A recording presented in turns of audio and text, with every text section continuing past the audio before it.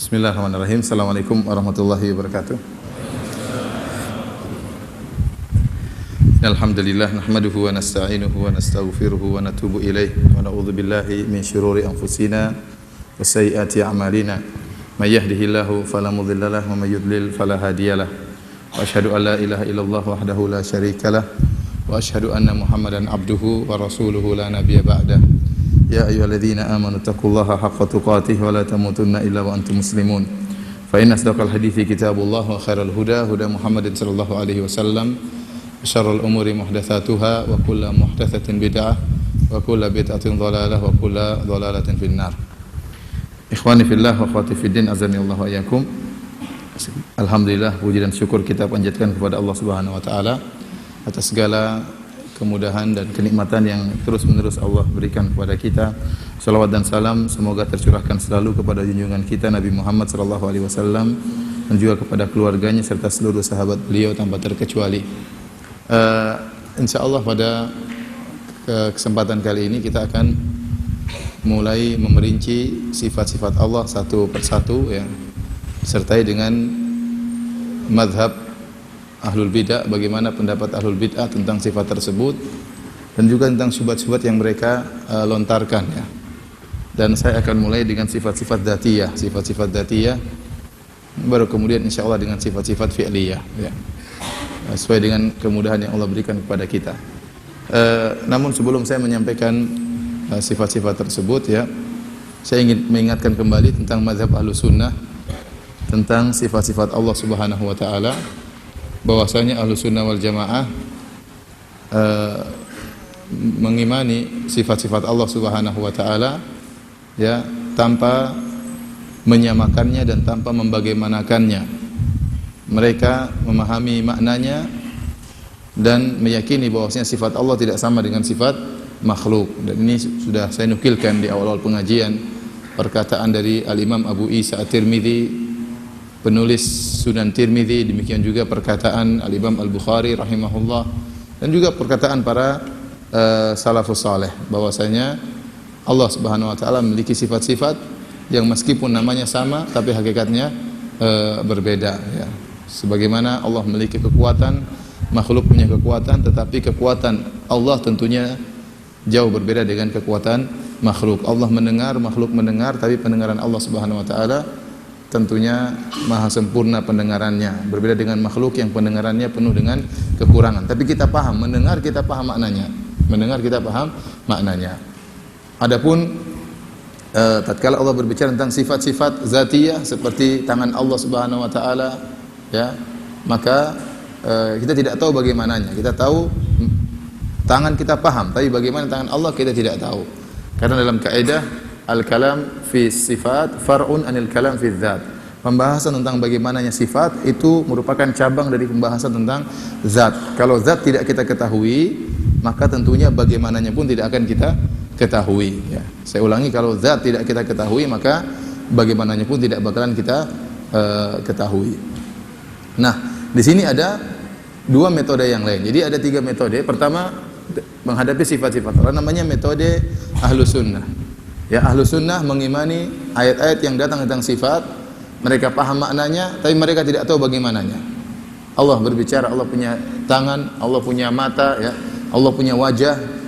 Kita nggak tahu seperti apa, tapi kita paham, ya, mata untuk melihat, ya, kemudian wajah, ya, adalah kita paham makna wajah, tapi bagaimananya tidak ada yang tahu, ya, tidak ada yang tahu. Karena untuk mengetahui bagaimana wajah Allah harus tahu bagaimana zat Allah.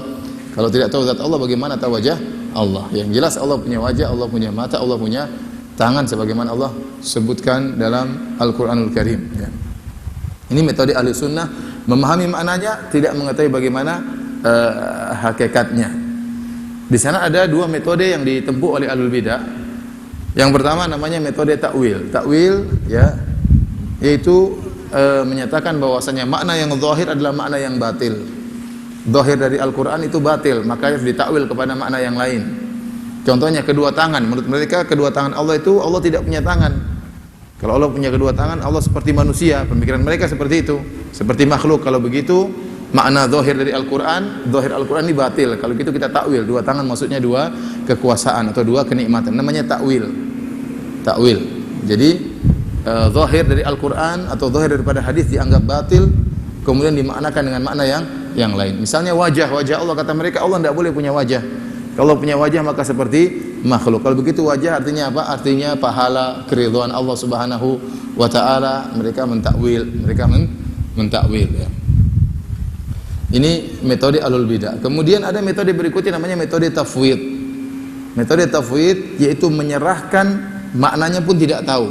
Maknanya pun tidak tahu. Seperti datang ayat-ayat sifat, seperti wajah Allah. Apa maksudnya? Meskipun dalam Al-Quran disebut wajah Allah, tapi seakan-akan lafal tersebut di pandangan mereka XXXX, artinya saya tidak tahu maksudnya apa ini. Ini seperti simbol yang tidak diketahui apa maknanya. Ya. Kemudian misalnya Allah mengatakan tsumma stawa 'alal arsy, kemudian Allah beristiwa di atas arsy. Istiwa saya enggak tahu maknanya. Saya serahkan maknanya kepada Allah Subhanahu wa taala. Mereka memandang bahwasanya cara begini lebih selamat. Pokoknya ayat tentang sifat kami katakan tidak tahu maknanya sama sekali. Tafwid artinya penyerahan, menyerahkan hakikat dari makna-makna ayat-ayat sifat tersebut kepada Allah Subhanahu wa taala. Ini juga metode ahlul bidah. Ini dibantah oleh Syekhul Islam Ibnu Taimiyah dengan bantahan yang sangat panjang, ya. Karena apa? Menyelisihi mazhabus salaf. Para salaf dahulu mereka mengerti maknanya. Yang mereka serahkan tentang hakikatnya adalah bagaimananya, mereka menyerahkan kepada Allah. Mereka tidak tahu, tapi maknanya mereka paham. Wajah paham, tangan paham, di atas paham, ya. Mendengar paham, kita tahu, mendengar kita paham, melihat juga kita paham. Tapi bagaimana yang sesungguhnya diserahkan kepada Allah Subhanahu wa taala. Bagaimana cara Allah melihat? Bagaimana cara Allah mendengar? Urusan Allah Subhanahu wa taala. Bagaimana tangan Allah? Urusan Allah. Bagaimana wajah Allah? Urusan Allah. Kita tidak bakalan tahu. Tapi wajah, tangan, melihat, mendengar, di atas kekuatan kita paham semuanya. Karena Al-Qur'an diturunkan dengan bahasa Arab agar kita paham. Agar kita paham. Inna anzalnahu Qur'anan Arabiyyan. Ya, kami turunkan Al-Qur'an dalam bahasa Arab. Di antaranya apa? La'allakum ta'qilun, agar kalian bisa paham. Agar kalian bisa paham. Nah, kalau ternyata wajah, tangan, kekuatan, pendengaran, penglihatan semuanya XXXX, ya ini apa fungsinya kalau gitu diturunkan dengan pakai bahasa Arab. Dan kita lihat tafsiran para salaf, mereka memahami seperti Imam Malik, sebagaimana riwayatnya masyhur, tatkala Imam Malik ditanya oleh seorang, "Kaifastawa?" Bagaimana Allah beristiwa di atas arsy-Nya? Maka Imam Malik pun marah, berkeringat. Kemudian Imam Malik berkata, "Al-istiwa'u ma'lum." Makna istiwa maklum, diketahui. Artinya di atas. Terus kata Imam Malik, "Wal kaifu majhul." Adapun bagaimananya tidak ada yang ketahui. Tidak ada yang mengetahuinya, tidak diketahui. Wal imanu bihi wajib, beriman bahwasanya Allah beristiwa di atas arsy, hukumnya apa? Wajib. Wasu'alu anhu bid'ah, bertanya bagaimananya itu bid'ah. Karena enggak mungkin antum bertanya sesuatu yang tidak mungkin ada yang mengetahui kecuali Allah Subhanahu wa taala. Inilah mazhabus salaf. Ya, mereka memahami maknanya secara makna, tetapi bagaimananya mereka serahkan kepada Allah. Adapun mazhab tafwid dalam bahasa Arab artinya penyerahan, maknanya pun mereka katakan kami tidak tahu, kami serahkan kepada Allah Subhanahu wa taala. Namun mereka meyakini bahwasanya zahir ayat itu batil. Jadi ini agak bulat-bulat sedikit, ya. Bedanya antara takwil dengan tafwid, dan apa samanya antara tafwid dengan takwil? Persamanya di mana? Persamaannya antara mufawwid yang melakukan tafwid dan melakukan takwil, mereka sama-sama sepakat zahir dari ayat itu batil. Zahir ayat apa? Batil. Contohnya kita terapkan kepada ayat tsumma stawa 'alal arsy, kemudian Allah beristiwa di atas arsy. Kalau Ahlussunnah wal Jamaah sekarang kita menghadapi ini. Satu ayat, tsumma stawa 'alal arsy, ini ada sekitar 7 ayat dalam Al-Qur'an. Kemudian Allah beristiwa di atas arsy. Ahlussunnah wal Jamaah mudah. Istiwa ala dalam bahasa Arab artinya di atas. Bagaimana Allah di atas arsy kita enggak tahu. Bukan urusan kita. Imam Malik mengatakan al-istiwa ma'lum, mengetahui istiwa maknanya diketahui. Wal kaifu majhul, bagaimananya enggak ada yang tahu. Saya sering sampaikan, kalau Anda ingin mengetahui bagaimana Allah di atas arsy, Anda harus tahu bagaimana Allah itu bagaimana dulu. Terus Anda harus tahu arsy itu bagaimana dulu. Baru Anda bisa membayangkan bagaimana Allah di atas arsy, ya. Kalau saya bilang misalnya ada, kamu tahu enggak gimana caranya duduk misalnya paijo di atas kapal. Kita harus paham, paijo kita sudah paham. Kapalnya gimana? Supaya kita bisa tahu duduknya seperti apa. Paham? Kalau paijo kita nggak tahu, jin atau kita nggak tahu, jin atau manusia kita nggak tahu si Paijo ini, terus kapalnya nggak tahu bagaimana modelnya, bagaimana kita bisa membayangkan Paijo duduk di atas kapal? Makanya saya katakan, untuk bisa membayangkan Allah berada di atas ars bagaimananya, harus tahu Allah seperti apa, kemudian arsnya seperti apa, baru bisa Anda bayangkan Allah di atas ars. Jadi ahlu sunnah mudah. Sekarang ada ayat thumma stawa alal arsh, kemudian Allah berada di atas arsh. Maka ahlu sunnah mengimani arsh maknanya paham, di atas. Bagaimananya nggak tahu, karena kita nggak tahu bagaimananya Allah dan nggak tahu juga bagaimananya arsh. Sekarang mufawwid dan muawwil, ahlu tafwid dan ahlu ta'wil, sama-sama meyakini zahir ayat batil. Ini zahir ayat nggak benar. Kalau kita imani sebagaimana zahirnya, ini kesyirikan, ini kekufuran dan macam-macamnya. Kalau gitu bagaimana? Menurut ahlu ta'wil, harus ta'wil. Ta'wil itu artinya merubah maknanya kepada makna yang lain. Kalau gitu, summa stawa ala arsy artinya apa? Artinya menguasai. Kemudian Allah menguasai apa? Arsy. Kemudian Allah menguasai arsy. Dan ini juga ini ta'wil mereka. Adapun ahli tafwid, mereka mengatakan serahkan kepada Allah. Istiwa juga saya nggak tahu maknanya apa. Serahkan kepada Allah. Tapi sama-sama sepakat bahwasanya makna zahir ayat itu apa? Batil. Bisa bedakan antara tafwid dengan ta'wil? Bisa ya? Bisa. Membantah mereka bagaimana? Sekarang kita bicara Allah tentang ayat tsumma stawa al-arsy. Untuk membantah ahlu ta'wil, kita bilang ta'wil itu boleh dalam syariat kalau memang maknanya batil. Tetapi mana dalil yang menunjukkan bahwasanya kalau Allah berada di atas arsy itu berarti sesuatu yang batil? Enggak ada yang kebatilan. Tidak ada kebatilan Allah di atas arsy, itu masalahnya apa? Enggak ada masalah. Ini sudah kita bahas sebelumnya ya. Jadi kenapa harus Anda takwil? Kemudian takwil Anda juga batil. Anda mengatakan Allah menguasai arsy, kemudian Allah menguasai arsy. Ini tidak benar. Ya. Dalam ayat Allah mengatakan Allah menciptakan apa? Inna rabbakumullahu alladzi khalaqas samawati wal arda fi sittati ayyamin tsumma stawa 'alal arsy. Kata Allah, sungguhnya Allah Subhanahu wa taala Rabb kalian telah menciptakan langit dan bumi dalam waktu 6 masa, kemudian dia beristiwa di atas arsy. Sekarang kalau Anda artikan menguasai sebagaimana mereka mentakwil, coba kita artikan kalau istiwa maknanya menguasai. Sungguhnya Allah Rabb kalian yang telah menciptakan langit dan bumi dalam waktu 6 masa, kemudian menguasai arsy. Seakan-akan sebelumnya tidak dikuasai oleh Allah Subhanahu wa taala. Seakan-akan sebelumnya tidak dikuasai oleh apa? Allah.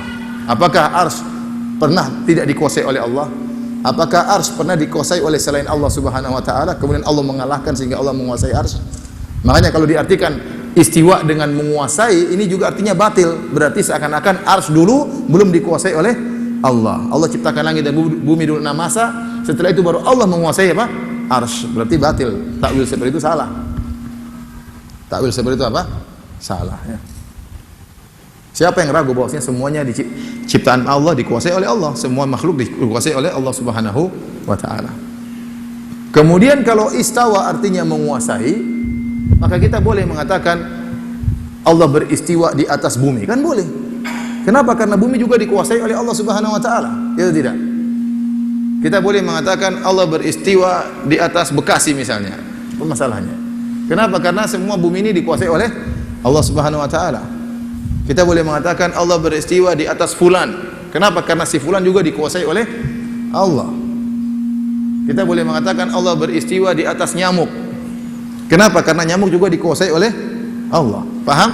Oleh karena tatkala kita mentakwil istiwa artinya menguasai, kelaziman juga batil. Kelazimannya dua tadi. Kelazimannya berarti arsy dulu sebelumnya tidak dikuasai oleh Allah, kemudian dikuasai.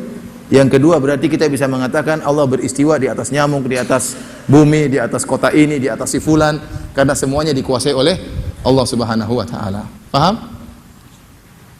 Paham atau tidak? Insyaallah ya. Adapun tafwid tadi bedanya, samanya dengan takwil bedanya apa? Apa samanya tafwid dengan takwil? Sama-sama meyakini bahwasanya makna zahirnya apa? Batil. Tapi keluarnya berbeda. Kalau takwil dimaknakan, kalau tafwid tidak tahu maknanya. Seakan-akan istiwa itu seakan-akan x, nggak ngerti.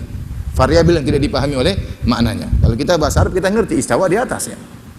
Baik. Mereka mengatakan supaya selamat kita serahkan kepada Allah. Kita nggak tahu maksudnya apa itu. Istiwa itu maksudnya apa? Nggak ngerti. Lebih selamat. Kalau ahlu sunnah tadi yang diserahkan apanya? Bagaimananya. Yang tidak diketahui apanya?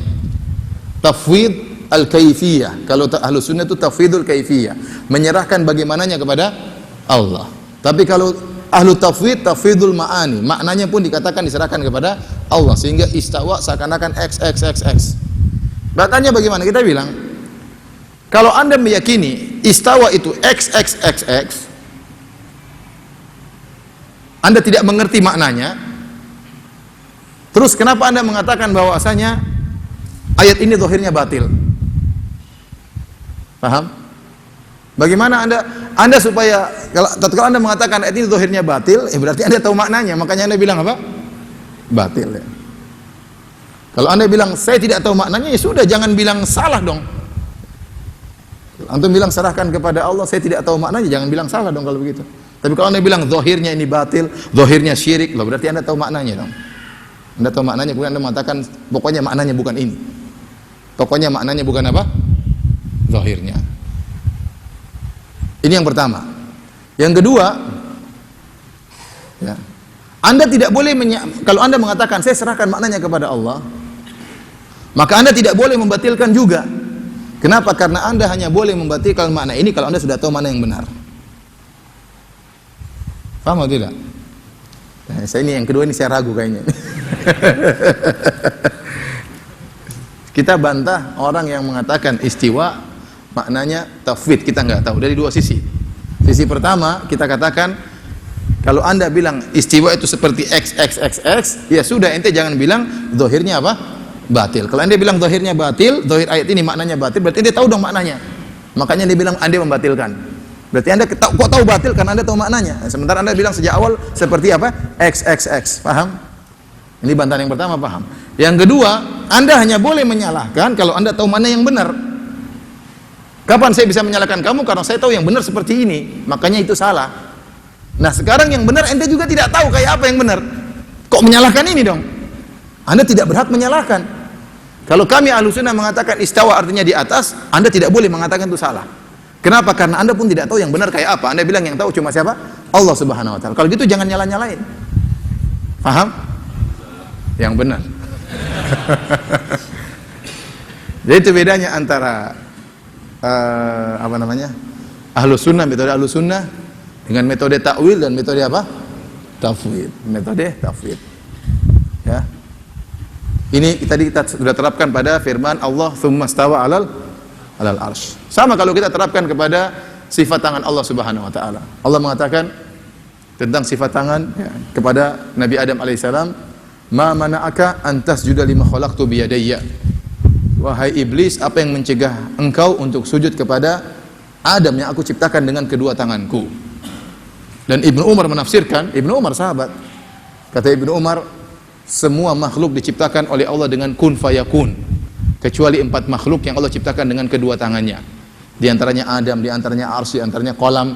Ya, ini menunjukkan Ibnu Umar menetapkan Allah punya tangan. Ya, kalau ternyata tangan artinya kekuasaan, maka tidak ada bedanya antara Adam dengan yang lainnya. Sekarang kita terapkan ketiga metode ini. Allah berfirman, "Ma mana'aka an tasjuda lima khalaqtu bi yadayya." Bal yadahu mubsatatani. Ya, yunfiqu kaifa yasha. Kata Allah Subhanahu wa taala, "Wahai iblis, apa yang mencegah engkau untuk sujud kepada Adam yang aku ciptakan dengan kedua tanganku, dengan kedua tanganku?" Dalam ayat yang lain kata Allah, "Bal yadahu mubsatatan." Bahwasanya kedua tangan Allah terbentang. Dalam ayat yang lain, dalam hadis yang lain kata Rasulullah SAW, wa tilka yadahu yamin, kedua tangan Allah di kanan. Kedua tangan Allah kanan. Ini semakin menjelaskan bahwasanya tangan Allah tidak sama dengan tangan manusia. Karena Allah mengatakan kedua tangannya apa? Kanan. Bagaimana kita nggak bisa bayangkan ya? Kalau kita bayangkan pasti salah. Ya? Kenapa tidak ada tangan kiri? Karena tangan kiri itu tercela. Itu tidak pantas bagi Allah. Makanya Nabi mengatakan kedua tangannya apa? Kanan. Semakin menjelaskan bahwa tidak sama dengan tangan manusia. Ahlus Sunnah menghadapi ayat ini mudah, mengatakan Allah punya tangan, bagaimana yang kita tidak tahu? Bagaimana kita tidak tahu? Yang jelas Allah sebutkan tangan Allah sangat besar, sampai Allah mengatakan wa ma qadarullah haqqa qadri, sungguhnya mereka tidak mengagungkan Allah sebagaimana mestinya, wal ardu jami'an qabdatuhu yaumal qiyamah, dan sungguhnya bumi seluruhnya berada dalam genggaman Allah Was samawati matwiyatun bi yaminih, dan langit seluruhnya terlipat dalam tangan kanan Allah Subhanahu wa taala. Subhanahu wa taala amma yusyrikun. Maha suci Allah atas kesyirikan yang mereka lakukan. Ini sebagian sifat yang Allah jelaskan tentang tangannya, di antaranya tangan Allah sangat apa? Besar, sehingga bumi dalam genggaman tangan Allah Subhanahu wa taala, langit-langit dilipat dengan tangan kanan Allah Subhanahu wa taala. Ahlussunnah selesai. Nabi Adam mulia, spesial, kenapa diciptakan dengan kedua tangan Allah. Nah, sekarang kita masuk kepada ahlu ta'wil. Ahlu ta'wil, bagaimana mereka mensifati ayat ini? Kata mereka, oh tangan, tidak boleh, tangan itu syirik. Kalau bilang tangan berarti sama seperti menyamakan Allah dengan apa? Makhluk. Ini sudah kita bantah ya, saya sudah awal di pengajian seri pertama saya sebutkan tentang perkataan para salaf. Ini sekarang seri keempat ya. Nanti diputar lagi seri pertamanya. Saya sudah sebutkan, jadi bagaimana salaf mengatakan, kapan dikatakan syirik? Kalau kita bilang tangan seperti tangan. Tangan Allah seperti tangan makhluk, itu baru syirik, menyamakan Allah dengan makhluk. Kalau kita mengatakan pendengaran Allah seperti pendengaran makhluk, itu baru syirik. Kalau kita mengatakan penglihatan Allah seperti penglihatan makhluk, itu baru apa? Syirik. Kalau kita bilang kekuatan Allah seperti kekuatan makhluk, itu baru syirik. Tapi kalau kita bilang kekuatan Allah tidak sama dengan kekuatan makhluk, itu bukan syirik. Justru itu pengagungan terhadap Allah Subhanahu wa taala. Kalau kita mengatakan pendengaran Allah tidak sama pendengaran makhluk, maka itu pengagungan terhadap Allah Subhanahu wa taala. Makanya kita mengatakan Maha mendengar, Maha melihat, Maha kuat, ya. Kalau kita mengatakan tangan Allah tidak sama dengan tangan makhluk, justru itu pengagungan terhadap Allah Subhanahu wa taala. Kenapa ente tidak terima? Allah bilang Allah punya tangan, kenapa ente protes? Tuhan mengatakan saya punya tangan, oh enggak Tuhan, kau tidak punya tangan. Saya punya tangan menciptakan Adam, oh itu bukan tanganmu. Jadi dia protes terhadap Allah Subhanahu wa taala. Allah bilang dalam Al-Qur'an punya tangan, Nabi bilang Allah punya tangan, dia bilang enggak, Allah enggak punya tangan. Oh itu maksudnya Tuhan, maksudmu begini, maksudmu begitu. Jadi sekarang ahli takwil bagaimana menghadapi ayat ini? Kata mereka, tangan artinya kekuatan. Tangan artinya apa? Kekuatan. Kenapa? Dalam bahasa Arab, tangan juga sering digunakan sebagai apa? Kekuatan. Ya. Saya punya andil atau saya punya tangan di sana. Maksudnya saya punya kekuatan di sana.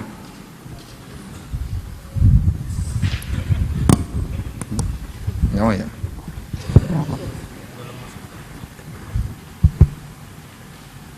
Kita lanjutkan ya. Jadi ahlu ta'wil mengatakan kedua tangan Allah artinya kekuatan Allah Subhanahu wa taala. Nah, kita bilang kalau membantah ahlu ta'wil, Anda boleh ta'wil dalam kaidah ta'wil. Ta'wil itu dibenarkan kalau zahir maknanya itu batil. Terus kita katakan, apa salahnya kalau Allah punya tangan? Emang masalah? Masalah kalau kau bilang tangan Allah seperti tangan saya, baru itu masalah. Kalau Allah bilang Allah punya tangan, masalahnya apa? Emang Allah jadi cacat? Justru kalau ente bilang Allah tidak punya tangan jadi masalah. Kenapa? Karena seorang tidak boleh mentakwil kecuali kalau maknanya zahirnya apa? Batil. Nah, kalau maknanya tidak batil, maka tidak boleh ditakwil. Kita jalankan sesuai dengan zahirnya. Sekarang, apa masalahnya kalau kita bilang Allah punya tangan? Apakah ada kesyirikan, kekufuran? Tidak ada. Lantas kenapa Anda harus takwil? Hanya dikatakan kekufuran kalau kita bilang tangan Allah seperti tangan kita. Kalau kita bilang kekuatan Allah seperti kekuatan kita, baru itu kesyirikan. Tapi kalau kita bilang Allah punya tangan tidak sama dengan tangan kita, hebat tangan Allah Subhanahu wa taala, ya sudah, apa masalahnya? Justru sebaliknya, kalau Anda mengatakan Allah tidak punya tangan, masalah. Anda menyamakan Allah dengan orang yang cacat, Anda menyamakan Allah dengan sesuatu yang kekurangan, tidak punya tangan. Ini yang pertama. Bahkan tidak perlu Anda mentakwil, karena takwil itu hanya boleh kalau maknanya apa? Batil. Paham? Yang kedua, takwil pun yang Anda katakan pun batil.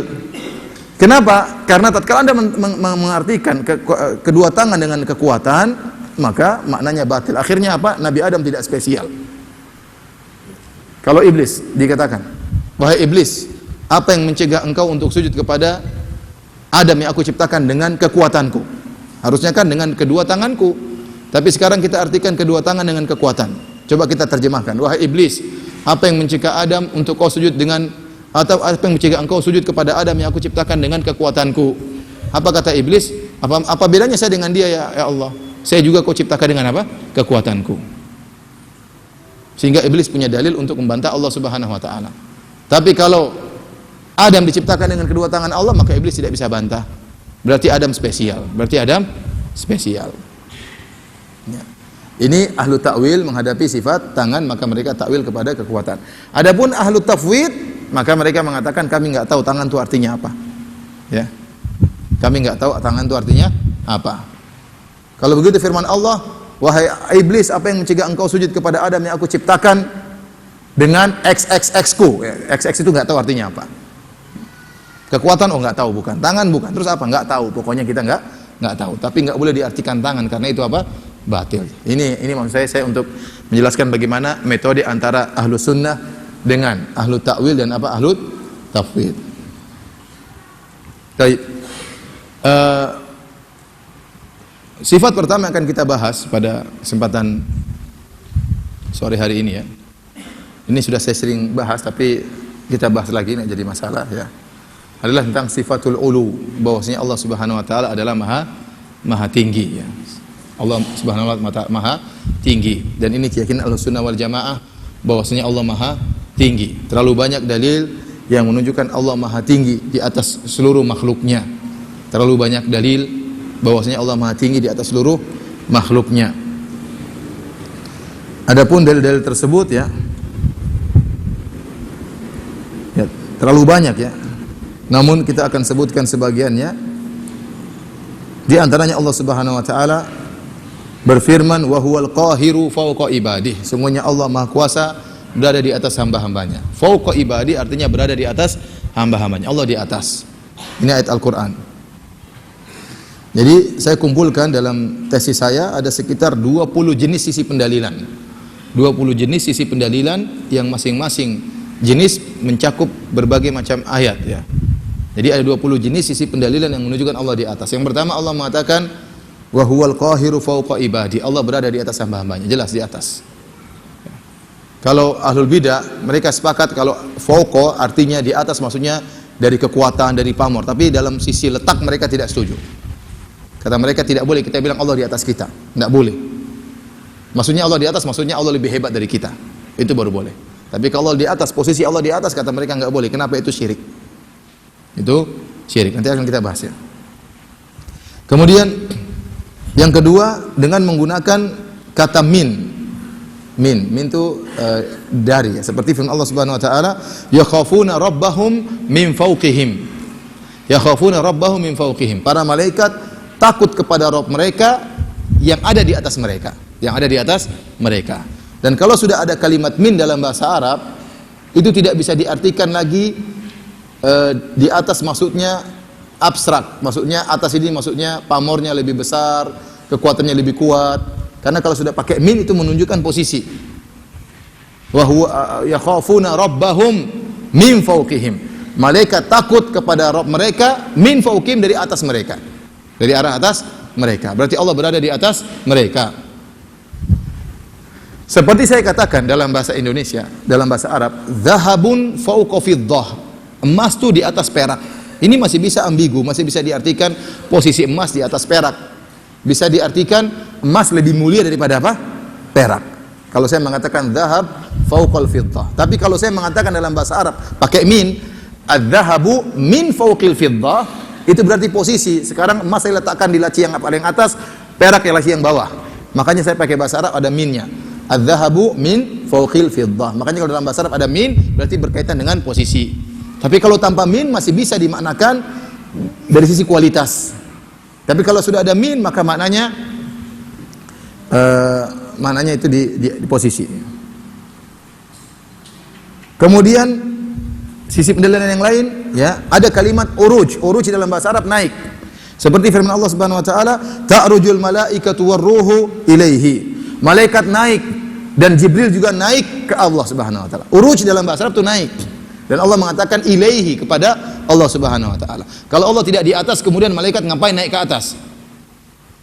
Tatkala Allah mengatakan ta'rujul malaikatu warruhu ilaihi, yang artinya secara letterlek malaikat dan para malaikat dan juga malaikat Jibril naik ke Allah.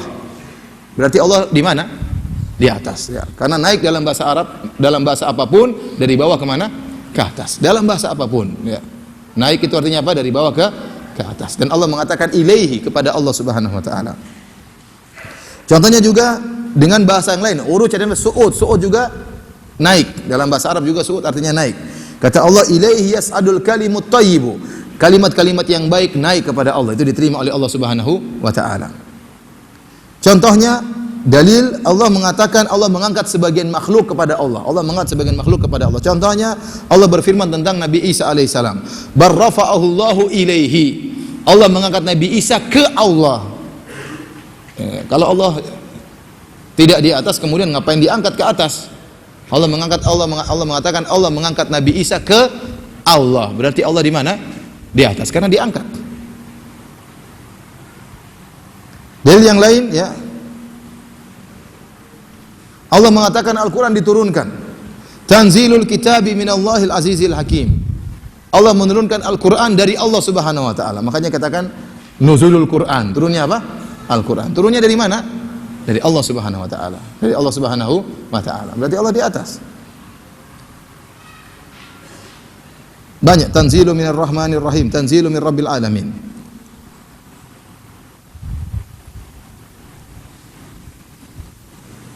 Contohnya lagi,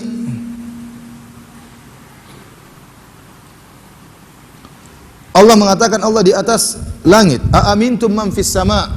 Apa kalian merasa aman dari zat, dari Allah yang berada di atas langit? Allah bilang fis sama, Allah berada di langit.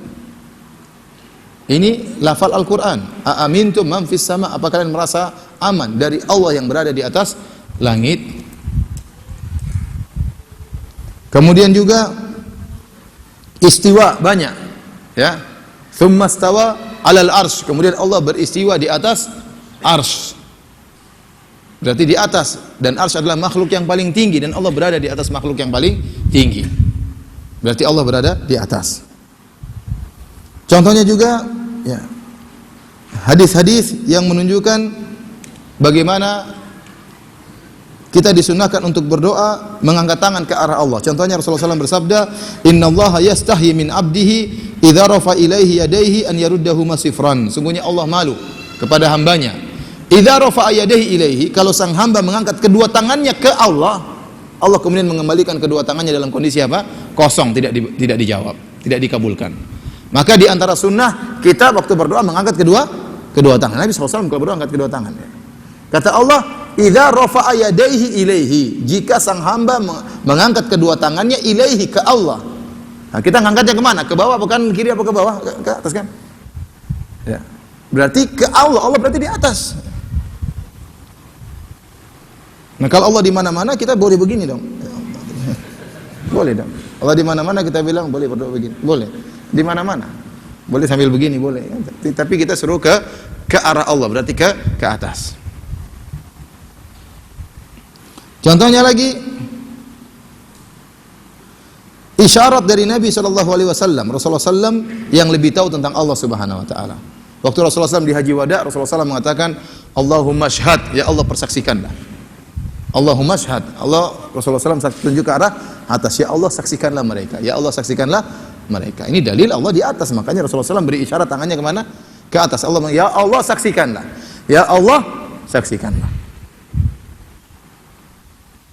Kemudian dalil yang berikutnya, tatkala Nabi SAW bertanya kepada budak wanita, Aina Allah, di mana Allah? Kata sang budak wanita, Allahu fis sama, Allah di atas langit. Benar, Rasulullah pertanyaan sudah benar. Di mana? Jawabannya di atas. Kata mereka enggak di atas. Ya. Hadisnya lemah. Kok bisa hadisnya lemah? Hadis dari Imam Muslim, meskipun Imam Muslim tidak jadi masalah, lemah. Padahal hadisnya riwayat apa? Imam Muslim.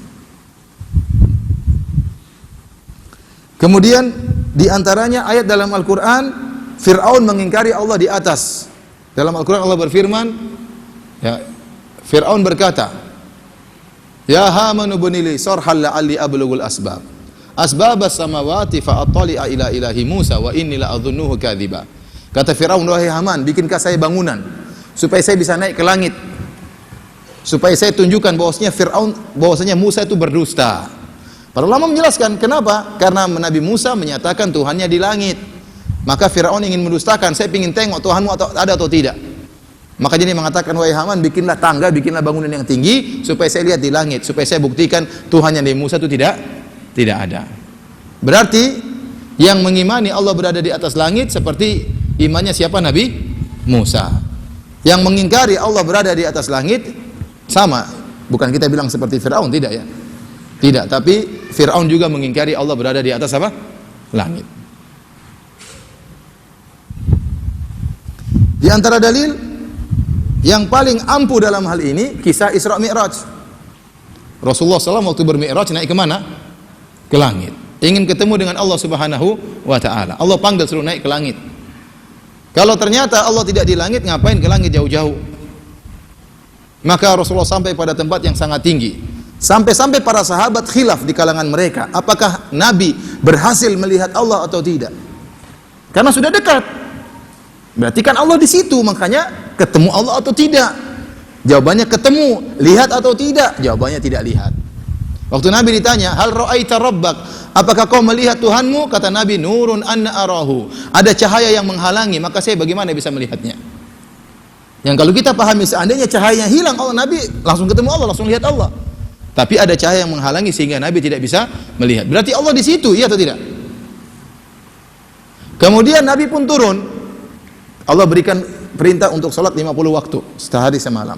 Maka Nabi Muhammad SAW turun. Ketemu Nabi Isa, entah di langit ke-6 kalau tidak salah, bukan lantai 6 ya. Langit ke-6 atau saya lupa langit ke berapa. Nabi Musa tanya, "Bagaimana? Apa yang kau dapat dari Allah?" Kata Nabi Muhammad, 50 waktu sehari semalam. Kata Nabi Musa, "Inna ummataka la yutiquna dzalik." Umatmu tidak mampu salat 50 waktu. Fas'alhu takhfif, mintalah keringanan kepada Allah Subhanahu wa taala. Maka Nabi Muhammad naik lagi ke atas. Minta lagi keringanan, Allah kasih keringanan. Turun lagi lewat Nabi Musa. Nabi Musa tanya lagi, "Berapa?" Sudah dikurangi. "Oh, masih belum mampu." Minta lagi keringanan. Nabi SAW naik ke atas lagi. Minta keringanan, Allah kasih keringanan. Turun lagi. "Berapa?" "Sekian." "Oh, enggak mampu." Alhamdulillah ketemu Nabi Musa ya. Kalau enggak ketemu kita mampus. Siapa yang mampu salat 50 waktu sehari semalam? Enggak kuat ya, 5 aja dengan setengah mampus terkadang ya. Salat subuh setengah mati dan setengah mati ya. Saya bingung kapan kita bisa menjadi seorang yang Allah sebutkan, Rasulullah SAW sebutkan dalam hadis yang dinaungi oleh naungan Allah pada hari kiamat kelak tatkala matahari jaraknya 1 mil, rajulun qalbuhu mu'allaqun bil masajid. Seorang yang hatinya rindu ke masjid. Rindu kapan dikumandangkan azan? Bukan waduh azan lagi.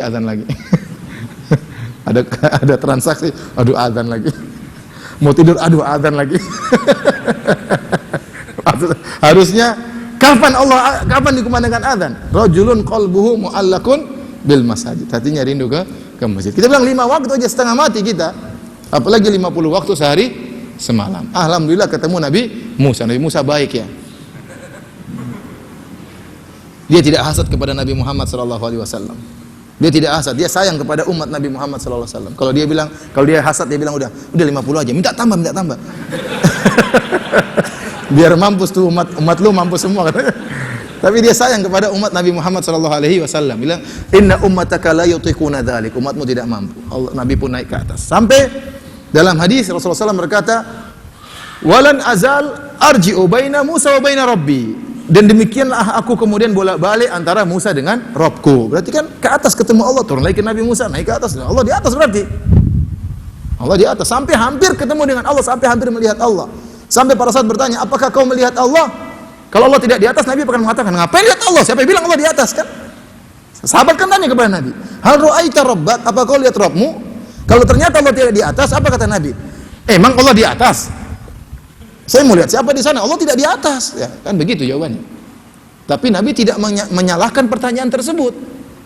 Nabi membenarkan pertanyaan tersebut, bahkan Nabi mengatakan, "Nurun anna arahu." Ada cahaya, bagaimana saya bisa lihat? Artinya kalau tidak ada cahaya, saya langsung bisa apa? Lihat. Kenapa? Karena manusia tidak mampu melihat Allah. Kita di dunia ini belum bisa melihat Allah. Kenapa? Kemampuan kita terbatas. Kita aja lihat matahari nggak mampu. Cahaya matahari. Nanti kalau sudah meninggal Allah bangkitkan, malaikat kita lihat, iblis juga kita lihat ya mungkin. Kalau orang masuk neraka, dia ketemu malaikat, ngobrol sama malaikat. Ketemu iblis, kamu kurang ajar ya, kamu juga kurang ajar. Berdialog dengan iblis di mana? Di neraka jahanam. Ya. Jadi kemampuannya berbeda. Matahari 1 mil nggak mati-mati, ya tidak? Kalau sekarang matahari udah tewas kita. Jadi maksud saya, sekarang kita belum punya kemampuan untuk melihat Allah. Makanya Nabi mengatakan, "Nurun anna arahu." Ada cahaya yang menghalangi. Bagaimana saya bisa melihat siapa? Allah Subhanahu wa taala. Oleh karenanya, barang siapa yang mengingkari Allah berada di atas, mengatakan Allah tidak di atas, seakan-akan dia telah mengingkari mukjizat Isra Mi'raj. Iya kan? Nah, terus ini mukjizat yang sangat mulia Isra Mi'raj, berarti tidak benar dong. Ngapain Nabi ke atas kalau ternyata Allah tidak di atas? Kelaziman orang yang merayakan Isra Mi'raj harus dia yakini bahwasanya Allah berada di atas. Baik.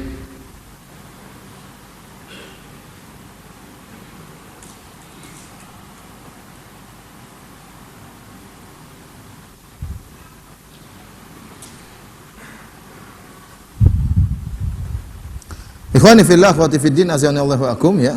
Jadi ini sebagian dalil yang masih banyak tapi saya cukupkan itu aja bahwasanya Allah berada di atas ya. Dan ayat-ayat berkaitan dengan Allah di atas sangat banyak. Ayat tentang Al-Qur'an turun banyak sekali. Ayat tentang malaikat naik ke atas ke Allah juga sangat banyak sekali. Ayat tentang malaikat turun dari atas ke bawah juga sangat banyak sekali ya. Ayat bahwasanya Nabi berdoa angkat tangan banyak sekali ya. Nah, kalau semua ayat ini ternyata Allah tidak di atas, ini kan penyesatan. Al-Quran itu berarti bukan kitab petunjuk.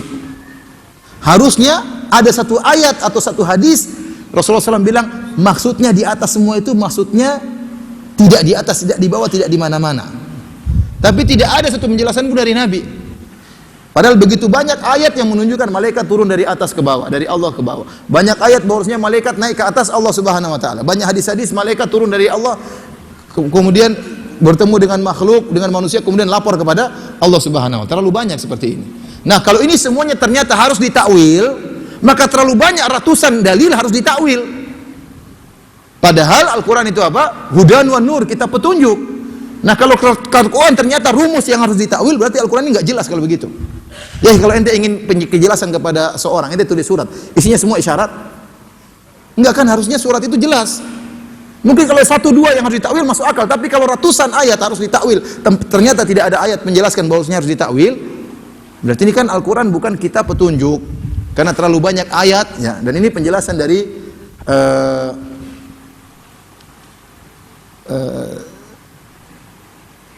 siapa namanya? Seorang ulama Malikiyah ya, Ibnu Rushd ya, menjelaskan hal ini.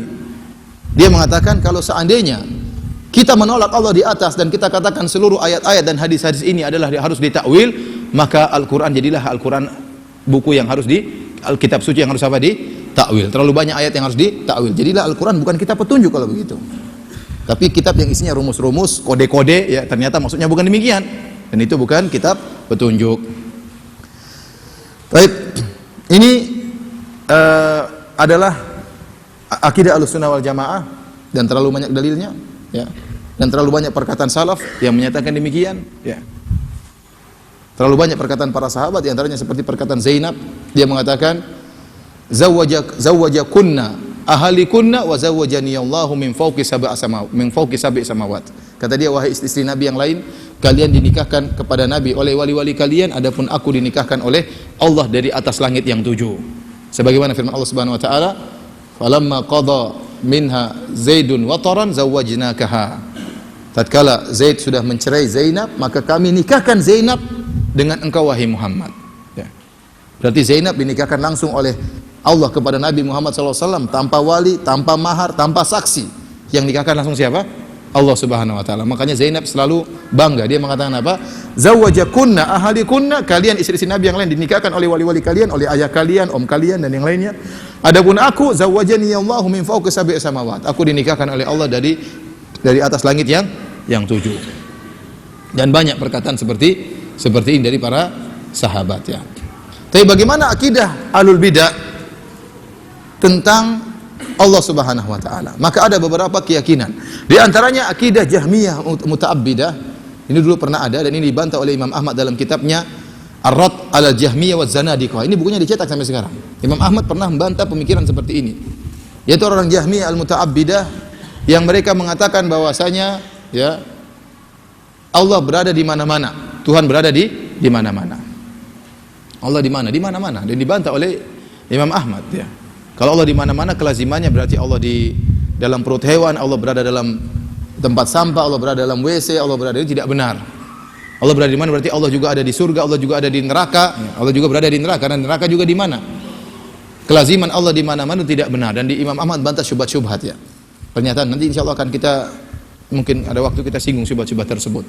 Jadi mereka mengatakan Allah di mana-mana. Di antaranya ahlul bidah yang mengatakan Allah bersatu dengan makhluk, seperti pernyataannya Ibnu Arabi.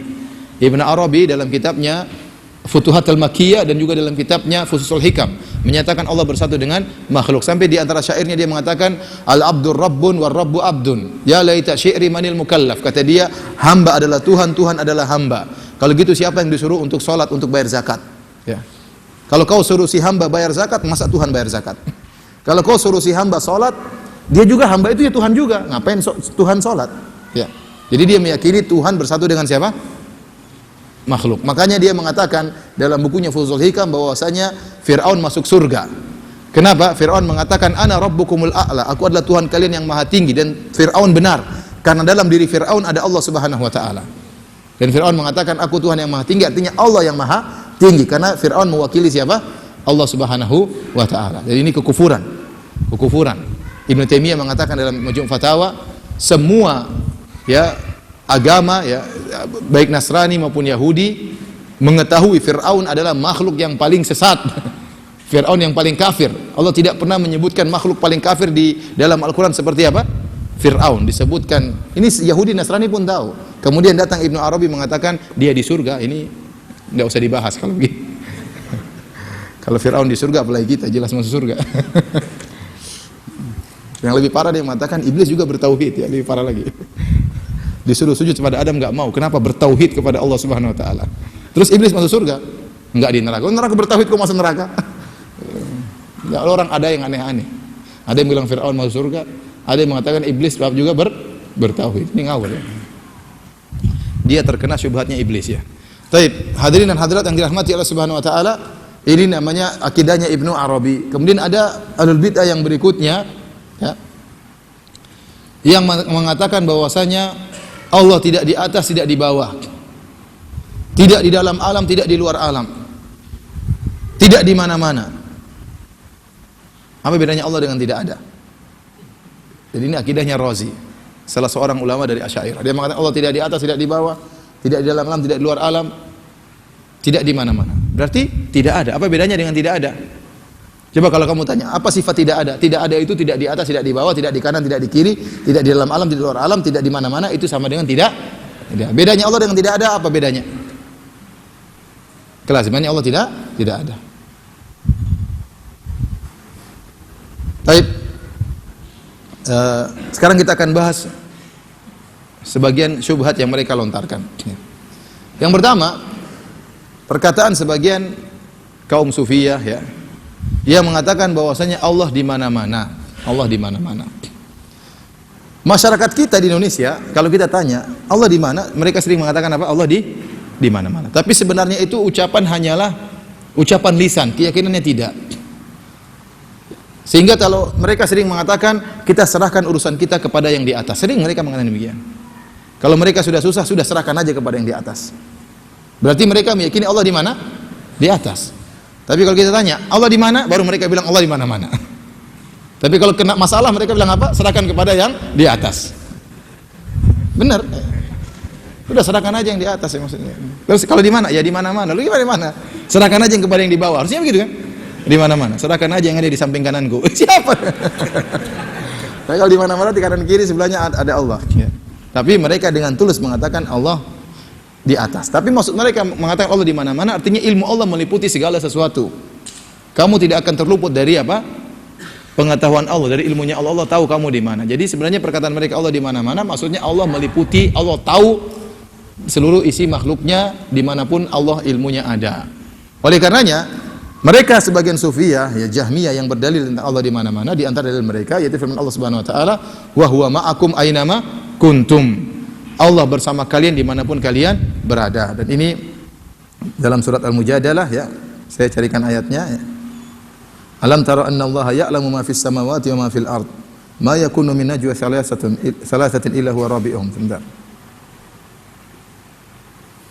Dalam surat Al-Mujadalah ayat 7. Dalam surat Al-Mujadalah ayat 7. Allah berfirman, "Alam tara, tidakkah kau lihat anna Allah ya'lamu ma fis samawati wa ma fil ard." Allah mengetahui seluruh apa yang di langit dan apa yang di bumi. Allah Maha mengetahui segalanya. Kenapa? Karena kita makhluk, Allah tahu seluruh ciptaannya. Makanya Allah mengatakan, "Wa ma tasqutu min waraqatin illa ya'lamuha." Tidak satu daun pun yang jatuh kecuali Allah tahu ilmunya. Daun itu dimanapun dia, di belantara Irian Jaya, belantara Australia, belantara Amerika, ada satu daun jatuh, Allah tahu tentang ilmu daun ini. Bagaimana jatuhnya, kapan jatuhnya, jatuh kemana, Allah tahu. Kenapa? Karena itu semua ciptaan Allah. Sama dengan kita, kata Allah, "I'lamu annallaha ya'lamu ma fi anfusikum fahdharuh." Ya. Wa'lamu annallaha ya'lamu ma fi anfusikum fahdharuh. Ketahuilah Allah mengetahui apa yang ada dalam hati kalian, isi hati kalian, maka hati-hatilah. Kenapa? Karena hati kita juga ciptaan Allah. Makanya Allah tahu tentang gerak-gerik hati kita. Ya'lamu kha'inatal a'yun wa ma tukhfis sudur. Allah mengetahui lirikan mata kita. Pengkhianatan lirikan mata kita, melihat yang haram, kita ngelirik, Allah tahu. Kenapa? Karena mata ini ciptaan siapa? Allah. Hati ini juga yang kita sembunyikan juga ciptaan Allah. Dan Allah mengatakan, ya, ala ya'lamu man khalaq. Bukankah yang menciptakan tahu tentang apa yang dia ciptakan? Paham? Jadi Allah mengatakan, alam taro anna Allah ya'lamu ma fis samawati ma fil ard. Tidakkah kalian tahu, engkau lihat bahwasanya Allah mengetahui seluruh yang ada di langit dan di bumi, karena semua ciptaan Allah Subhanahu wa taala. Setelah Allah berkata, ma yakunu min najwa thalathatin illa huwa rabi'um. Tidak ada 3 orang bisik-bisik kecuali Allah yang keempatnya. Wala khamsatin illa huwa sadisum. Tidak ada 5 orang yang berbisik-bisik kecuali Allah yang keenamnya. Wala adna min dzalika, dan tidak ada yang lebih sedikit daripada itu. 2 orang berbisik, ada Allah yang ketiga. Wala aksar, ada 10 orang berbisik-bisik, Allah yang ke-11. Dan seterusnya. Illa huwa ma'ahum aina ma kanu. Kecuali Allah bersama mereka dimanapun mereka berada. Tsumma yunabbi'uhum bima amilu yaumal qiyamah. Kemudian Allah kabarkan kepada mereka tentang apa yang mereka lakukan pada hari kiamat kelak. Innallaha bikulli syai'in alim. Sungguhnya Allah Maha mengetahui atas segala sesuatu. Ayat ini dipotong oleh orang Jahmiyah. Allah berfirman, wa huwa ma'ahum aina ma kanu. Allah bersama mereka dimanapun mereka berada. Berarti Allah di mana-mana. Namun kalau kita lihat konteks ayat dari awal sampai akhir, ternyata maksudnya tentang ilmu Allah. Makanya ayat ini dibuka dengan sifat ilmu, diakhiri dengan sifat ilmu. Allah mengatakan, alam taro annallaha ya'lamu. Tidakkah kau lihat Allah mengetahui? Di akhir ayat Allah mengatakan, innallaha bikulli syai'in alim. Allah Maha mengetahui segala sesuatu. Berarti Allah sedang berbicara tentang sifat ilmu, bukan tentang zatnya di mana-mana, tetapi ilmu Allah di mana-mana. Faham? Sementara mereka potong tengahnya saja, wa huwa ma'ahum aina ma kanu. Allah bersama mereka dimanapun berada, zatnya kata mereka di mana-mana. Ini tidak benar. Yang benar maksud Allah ilmunya. Maka Allah mengatakan di awal ayat, alam taro annallaha ya'lam. Tidakkah kalian lihat Allah mengetahui yang di langit dan di bumi? Di akhir ayat Allah mengatakan sungguhnya Allah Maha mengetahui segala sesuatu. Taib. Ayat yang lain mereka mengatakan Allah di mana-mana, zatnya bukan ilmunya, zatnya di mana-mana, ya. Oleh karenanya Allah berfirman kepada Nabi Musa dan Nabi Harun. Waktu Allah mengatakan kepada Nabi Musa dan Nabi Harun, "Idhhaba ila fir'auna innahu tagha, faqula lahu qawlan layyina la'allahu yatadzakkaru aw yakhsha." Wahai Musa dan Harun, pergilah kalian kepada Firaun, sungguhnya dia telah melampaui batas. Ucapkanlah kepada Firaun dengan ucapan yang lembut, semoga dia sadar. Apa kata Nabi Musa dan Nabi Harun? Qala rabbana innana nakhafu ay yafruta alaina aw ay yatgha. Ya Rabb kami takut Firaun itu berbuat zalim kepada kami. Kami takut kepada Firaun. Firaun itu orangnya hebat. Musa saja takut sama apa? Fir'aun. Padahal Musa kalau mukul orang langsung mampus ya. Tapi sama Fir'aun punya karismatik Fir'aun. Ini setan punya karismatik ya. Jadi Fir'aun, Musa takut, makanya takut kembali ke Mesir. Dia kabur, dikejar sama Fir'aun, takut ya. Makanya dia minta tolong ada nabi yang lain mendukung saya, karena saya nggak badai ngomong. Akhirnya waj'ali waziron min ahli Harun akhi. Ya Allah, jadikanlah ada rasul yang lain yang membantuku dari keluargaku. Akhirnya Allah kabulkan. Harun diangkat jadi rasul nemani kamu. Dan ini dalil bahwasanya Musa kedudukannya sangat mulia di sisi Allah. Bayangkan dia minta sama Allah, ya Allah angkat si fulan jadi rasul. Allah kabulkan atau tidak? Kabulkan. Bayangkan, rasul bukan sembarang ya. Ya Pak Raja ini jadikan ustadz orang ini. Bukan ustadz, ini jadikan rasul. Minta kepada Allah, adik saya atau kakak saya jadikan rasul. Allah kabulkan gara-gara permintaan siapa? Nabi Musa. Jadi makanya Allah mengatakan wa kana indallahi wajiha. Musa di sisi Allah sangat mulia. Sampai minta seorang diangkat jadi rasul, Allah kabulkan. Luar biasa. Namun kata Nabi Musa Nabi Harun, innana nakhafu ay yafruta alaina aw ayatgha. Ya Allah, kami takut Firaun itu melakukan kesalahan bagi kami atau melampaui batas menzalimi kami. Kata Allah, la takhafa innani ma'akuma. Jangan kalian berdua takut. Kalian berdua takut. Innani ma'akuma, aku bersama kalian berdua. Asma'u wa ara. Aku lihat dan aku mendengar. Bukan zatku bersama kalian berdua, tidak. Tapi aku bersama kalian berdua dari sisi apa? Aku melihat dan aku mendengar. Artinya aku mengawasi kalian berdua. Jangan khawatir. Kapan kalian diserang, aku akan berikan pertolongan. Jadi kata Allah, innani ma'akuma, aku bersama kalian berdua, bukan zatnya bersama Nabi Musa, Nabi apa? Harun. Tetapi asma'u wa ara, aku mendengar dan aku lihat. Artinya aku mengawasi kalian berdua. Jadi kebersamaan tidak harus kebersamaan zat. Bisa jadi kebersamaan apa? Ilmu, kebersamaan pengawasan, ya. Seperti kita ada orang masalah, ente pergi sana, jangan, saya sama kamu, jangan khawatir, saya sama kamu. Bukan berarti saya berangkat sama dia, tapi saya awasi, saya akan dukung, bisa jadi seperti itu. Paham? Taib, ayat yang lain, mereka berdalil dengan firman Allah Subhanahu wa taala, ya. Idh yatalaqqal mutalaqiyani 'anil yamini wa 'anil shimali qa'id ma yalfidhu min qawlin illa ladaihi raqibun atid. Ayat tersebut Allah berfirman, idh yatalaqqal mutalaqiyani. Tatkala ada dua malaikat yang mencatat, ya, 'anil yamini wa shimali qa'id, duduk sebelah kanan, duduk sebelah kiri. Ma yalfidhu min qawlin illa ladaihi raqibun atid. Tidak ada satu perkataan pun yang keluar kecuali ada malaikat raqib dan atid. Sebelum ayat ini Allah berfirman, ya, wa nahnu aqrabu ilaihi min hablil warid, kami lebih dekat kepada dia daripada urat nadinya. Kami lebih dekat kepada dia daripada urat nadinya. Kata mereka berarti Allah di mana-mana, bahkan lebih dekat daripada urat nadi kita sendiri. Namun para ulama membantah ayat tersebut. Wa nahnu di situ bukan berarti Allah, tapi maksudnya malaikat. Maksudnya apa? Malaikat. Dalam ayat yang lain kata Allah Subhanahu wa taala, wa nahnu aqrabu ilaihi minkum walakin la tubsirun. Dalam surat yang lain Allah sebutkan tentang orang-orang yang menyenguk orang yang akan meninggal dunia. Tatkala orang tersebut akan meninggal dunia, kata Allah Subhanahu wa taala, wa nahnu aqrabu ilaihi minkum, kami lebih dekat daripada orang yang sakit tersebut daripada kedekatan kalian. Walakin la tubsirun, akan tapi kalian tidak melihat. Jadi Allah lebih dekat kepada orang yang akan meninggal daripada penyenguknya. Namun yang penyenguk tidak apa? Melihat. Kata mereka berarti Allah di mana-mana. Bagaimana bantahnya dua ayat ini? Yang pertama mengatakan Allah lebih dekat daripada urat nadi, yang kedua Allah lebih dekat kepada orang sakit daripada yang menyenguk. Bantahnya mudah.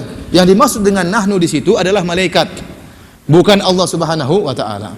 Kenapa? Ayatnya berkaitan dengan apa? Dengan malaikat. Coba kita perhatikan. Ayatnya Allah mengatakan, wa nahnu aqrabu ilaihi min hablil warid, kami lebih dekat kepada dia daripada urat nadinya. Idh yatalaqqal mutalaqiyani, kapan? Tatkala ada dua malaikat yang mencatat. Berarti nahnu di situ maksudnya apa? Malaikat. Malaikat lebih dekat dari urat nadi. Ya, itu maksudnya malaikat. Dan nahnu kami bisa artinya malaikat, seperti firman Allah Subhanahu wa taala, fa idza qara'nahu fattabi' qur'ana. Kalau kami bacakan Al-Qur'an maka ikutilah bacaannya. Ternyata yang dimaksud malaikat Jibril waktu mentalkin Nabi Muhammad sallallahu alaihi wasallam. Waktu malaikat Jibril mentalkin Nabi Muhammad, Iqra bismi rabbikal ladzi khalaq. Yang mentalkin Allah atau nama malaikat Jibril? Malaikat Jibril. Tapi Allah mengatakan fa idza qara'nahu, kalau kami baca ikutilah bacaannya. Jadi malaikat, terkadang Allah mengatakan nahnu kami, maksudnya apa? Para malaikat. Karena memang para malaikat menjalankan perintah Allah. Sama seperti ada seorang bos mengatakan itu bangunan kami yang bangun. Padahal bukan dia cuma nengok-nengok saja. Yang bangun tukang bangunan tentunya. Tukang batu, tukang kayu, tapi dia bilang itu bangunan kami yang bangun. Kenapa? Karena itu semua anak buah dia. Paham? Jadi ini yang kedua juga kata Allah, wa nahnu aqrabu ilaihi minkum walakin la tubsirun. Kami lebih dekat kepada orang yang sakit daripada kalian, hanya saja kalian tidak bisa melihat kami. Ini isyarat kata para ulama, berarti maksudnya malaikat. Karena malaikat terkadang bisa kelihatan, seringnya tidak kelihatan. Kalau Allah tidak mengatakan demikian, karena memang Allah tidak bisa dilihat di dunia, paham? Makanya Allah mengatakan apa namanya? Walakin la tubsirun, akan tapi kalian tidak melihat. Taib. Bantahan yang kedua yang lebih telak, perhatikan ini butuh logika tapi sederhana ya. Kalau Allah di mana-mana, berarti tidak perlu ada kalimat lebih dekat. Paham? Karena kedekatannya pada semuanya sama saja, maka nggak perlu ada kalimat lebih dekat. Paham atau tidak? Kurang paham ya. Allah mengatakan dalam ayat yang kedua, wa nahnu aqrabu ilaihi minkum walakin la tubsirun. Kami lebih dekat kepada orang yang sakit daripada kalian wahai para penyenguk, tapi kalian tidak melihat. Kalau ternyata Allah di mana-mana, seharusnya kedekatan Allah dengan orang yang sakit dengan kedekatan Allah dengan orang yang apa? Menyenguk sama saja, tidak perlu ada kalimat apa? Lebih dekat. Tidak perlu Allah mengatakan wa nahnu aqrabu ilaihi min hablil warid, kami lebih dekat daripada urat nadi, karena Allah di mana-mana. Tidak perlu ada kalimat lebih dekat. Kalau Allah di mana-mana berarti kedekatannya semuanya apa? Sama. Tidak perlu ada kalimat lebih dekat. Paham? Baik. Ini syubhat kelompok pertama sudah selesai. Syubhat kelompok berikutnya. Sudah malam ya? Mau lanjut atau tidak? Sampai Isya. Baik ikhwan, syubhat yang paling kencang yang dilontarkan adalah kelompok yang menyatakan Allah tidak di atas, tidak di bawah, tidak di kanan, tidak di kiri, tidak dalam alam, tidak di luar alam, Allah tidak di mana-mana. Dan ini syubhat yang sering disampaikan oleh orang Asy'ariyah. Sampai sekarang ini sebagian dai-dai menyatakan demikian. Ya. Yang menyatakan bahwasanya Ahlussunnah, ya, orang-orang yang ngaku salafi itu orang-orang yang bodoh, tidak tahu dalil, tidak tahu ini, padahal kita sudah sebutkan dalil begitu banyak. Perkataan para salaf begitu banyak. Masih disalah-salahkan juga. Karena mereka tidak punya dalil, mereka hanya pakai logika. Sekarang ada ayat yang begitu banyak, dalil yang begitu banyak telah kita sebut semua, mereka tolak pakai apa? Pakai logika. Kenapa? Mereka terkena racun filsafat. Mereka terkena racun filsafat ya. Sehingga mereka mengatakan bahwasanya Allah tidak boleh di atas. Kenapa? Kalau Allah di atas berarti Allah menempati suatu apa? Tempat. Kalau Allah menempati suatu tempat berarti Allah membutuhkan tempat. Jadi ini sudah kita bantah dalam banyak pengajian, tapi saya ulangi lagi bantahannya ya. Ini syubhat yang paling kuat, yang benar-benar syubhat logika yang masuk di otak mereka. Kata mereka kalau Allah di atas atau di arah tertentu berarti Allah butuh dengan apa? Tempat. Kalau Allah butuh dengan tempat berarti Allah makhluk, karena yang butuhkan hanyalah apa? Makhluk. Berarti tidak boleh kita bilang Allah di atas. Kalau itu Allah di mana? Tidak di mana-mana. Kalau tadi Allah di mana-mana, yang ini Allah tidak di mana-mana. Tidak boleh di mana-mana. Gimana bantahannya? Kita bilang ya, sebagaimana saya sering sampaikan bahwasanya ya, dalam kehidupan ini ada dua, ada khalik, ada makhluk. Ada Allah, ada makhluk. Tidak ada yang ketiga. Cuma Allah dan apa? Makhluk. Ada Allah, ada alam semesta. Makanya Allah disebut dengan Rabbul Alamin, penguasa alam semesta. Apa itu al-alamin? Selain Allah, itulah al-alam. Semua selain Allah apa? Makhluk. Kemudian kita sebutkan logika Imam Ahmad rahimahullahu taala. Imam Ahmad rahimahullahu taala waktu membantah Jahmiyah yang mengatakan Allah di mana-mana, dia mengatakan dahulu Allah bersendirian, dulu cuma ada Tuhan. Setelah itu Allah menciptakan apa? Makhluk. Makhluk tersebut diantaranya bumi, langit, manusia, hewan, itu makhluk seluruhnya. Termasuk ruang angkasa, ruang hampa, semuanya itu makhluk. Dulu semuanya tidak ada, cuma Allah sendirian. Bagaimana kita nggak tahu, itu urusan Allah. Itu tidak bisa kita masuk logika kita. Tapi Allah dulu sendirian. Dalam hadis, kana Allah wa lam yakun syai'un ghairuhu. Dulu Allah sendirian, tidak ada yang bersama Allah. Karena hanya Allah yang azali. Semuanya selainnya adalah makhluk diciptakan setelah itu. Setelah itu Allah ciptakan makhluk. Allah sendiri kalau ciptakan makhluk. Kemudian Imam Ahmad punya logika. Sekarang kalau Allah ciptakan makhluk, ada tiga kemungkinan. Pertama, Allah ciptakan makhluk, langsung Allah ciptakan dalam dirinya.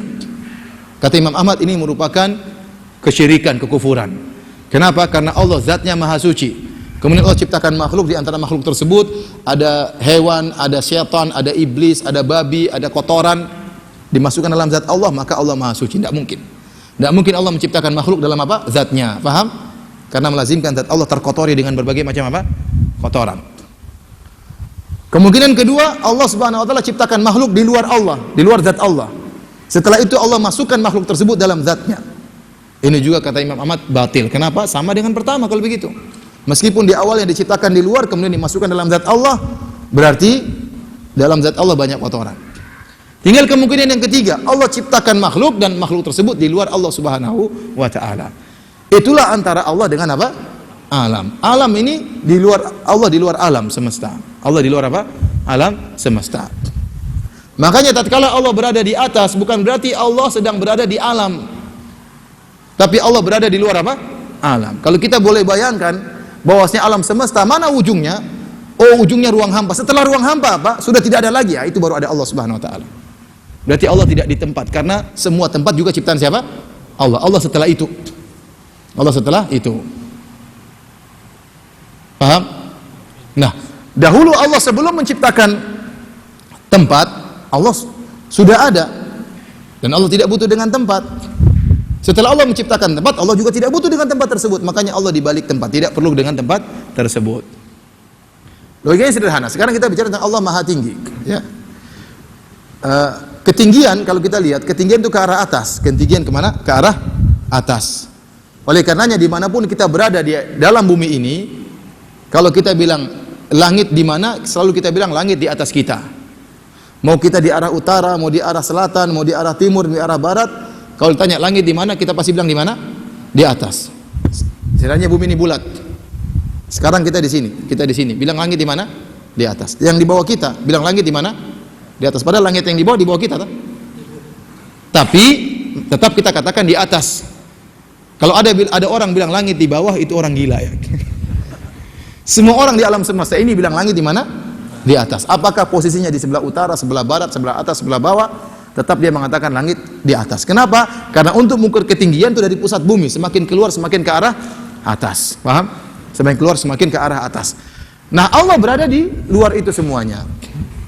Sederhananya, perkataan Ibnu Abbas radhiyallahu ta'ala anhuma, beliau berkata, "Mas samawatu sab'a wal arduna sab'a fi yadillah illa ka khardalin fi yadi ahadikum." Ada riwayat seperti itu. Kata Ibnu Abbas, tidaklah langit yang 7 dan bumi yang 7 berada dalam genggaman Allah kecuali seperti sebuah biji berada dalam genggaman kalian. Paham? Kita tidak sedang menyamakan Allah dengan makhluk, tetapi kita mengatakan seandainya saya ini seorang raksasa, kemudian saya memegang bumi. Bumi ukurannya contohnya seperti apa? Seperti biji. Saya pegang bumi. Dalam bumi tersebut ada seluruh manusia. Kemana saja dia ke arah atas, dia pasti menunjuk saya. Iya atau tidak? Karena bumi semua dalam biji tersebut dalam genggaman apa? Saya. Maka kemanapun dia mengarahkan ke atas, dia pasti mengarahkan kepada saya. Karena saya di balik bumi itu seluruhnya. Bumi itu dalam genggaman saya. Allah bagaimana kita nggak tahu. Tetapi dalam ayat Allah menyebutkan, wal ardu jami'an qabdatuhu yaumal qiyamah. Bumi dalam genggaman Allah, was samawati matwiyatun bi yaminih. Langit-langit dilipat oleh tangan kanan Allah Subhanahu wa taala. Jadi sederhana, Allah di atas artinya Allah di luar alam, Allah tidak butuh dengan tempat, tidak sebagaimana pernyataan mereka kalau Allah di atas berarti Allah butuh dengan apa? Dengan tempat. Kalau begitu Allah tidak boleh di atas dan tidak boleh di mana-mana. Kapan kita bilang Allah di mana berarti melazimkan Allah butuh dengan apa? Tempat. Dan ini kesyirikan. Itu logika dia dan kita bilang logika tersebut salah. Karena Allah Subhanahu wa taala sejak awal tidak punya tempat dan Allah tatkala menciptakan tempat, Allah pun di luar tempat tersebut, ya. Kalau kita bisa bayangkan ada alam, ada Allah, maka Allah di luar alam. Dan seluruh bumi ini, langit dan ruang hampanya seluruhnya termasuk dari alam. Paham? Paham tidak? Sebenarnya enggak perlu. Kita bilang Allah di atas sudah selesai urusan. Cuma karena syubhat mereka seperti itu. Makanya kita buat logika dan macam-macam ini supaya kita bisa bantah mereka. Sebenarnya tidak perlu, tapi demikianlah syubhat sudah beredar sehingga harus kita bantah syubhat tersebut, ya. Baik, dari sini kita bisa bantah. Ada yang mengatakan kalau Allah berada di atas berarti bagian bumi bawah mengatakan Allah di bawah. Kita bilang enggak. Sebagaimana bagian bumi yang di bawah mengatakan langit di atas, maka Allah juga di atas. Karena Allah di atas apa? Langit. Karena Allah di atas langit. Ada yang mengatakan, ya Ustadz, kita berdoa, ya, bukan berarti kita ke arah Allah, tapi langit itu kiblatnya doa. Kita ngangkat tangan bukan karena ada Allah di atas, tapi karena kalau berdoa itu kiblatnya ke arah mana? Langit. Ini tidak benar. Kalau kita berdoa kiblatnya tetap ke arah Ka'bah, ya atau tidak?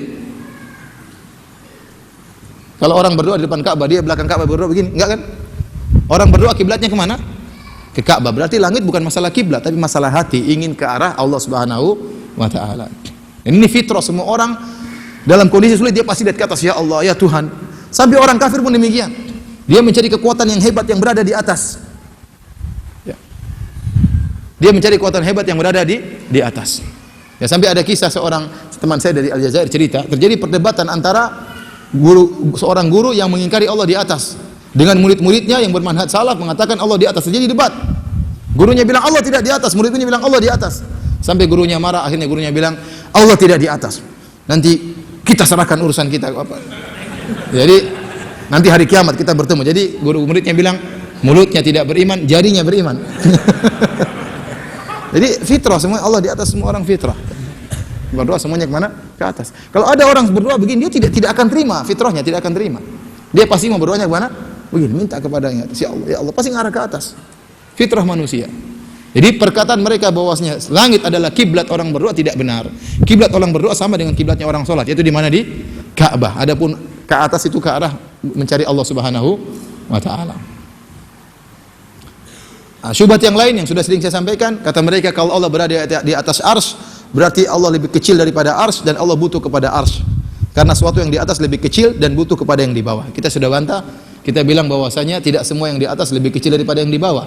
Dan tidak semua yang di atas butuh kepada yang di bawah. Contohnya antara langit dan bumi. Langit di atas daripada bumi. Dan langit tidak butuh dengan bumi. Tidak ada tiang yang menopang langit. Langit lebih luas dan langit tidak butuh dengan tiang dari bumi. Dan langit tidak butuh dengan bumi. Dan langit tidak nempel dengan bumi. Itu antara langit dan bumi. Bagaimana antara Allah dengan apa? Makhluk. Maka kita katakan sebagaimana yang di atas tidak mesti lebih kecil daripada yang di bawah, buktinya langit lebih besar daripada bumi, dan ternyata di atas tidak mesti butuh kepada yang di bawah sebagaimana langit tidak butuh kepada bumi. Demikian juga Allah berada di atas arsy, tidak mesti nempel dengan arsy, tidak mesti lebih kecil daripada arsy, dan tidak mesti butuh kepada arsy. Paham? Sudah, demikian saja ikhwan dan akhwat yang dirahmati Allah Subhanahu wa taala ya.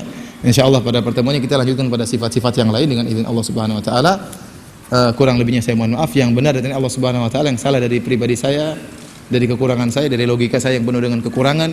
Semoga Allah mengampuni dosa-dosa kita semua. Subhanakallah bihamdik, asyhadu an la ilaha illa anta, astaghfiruka wa atubu ilaik. Assalamualaikum warahmatullahi wabarakatuh.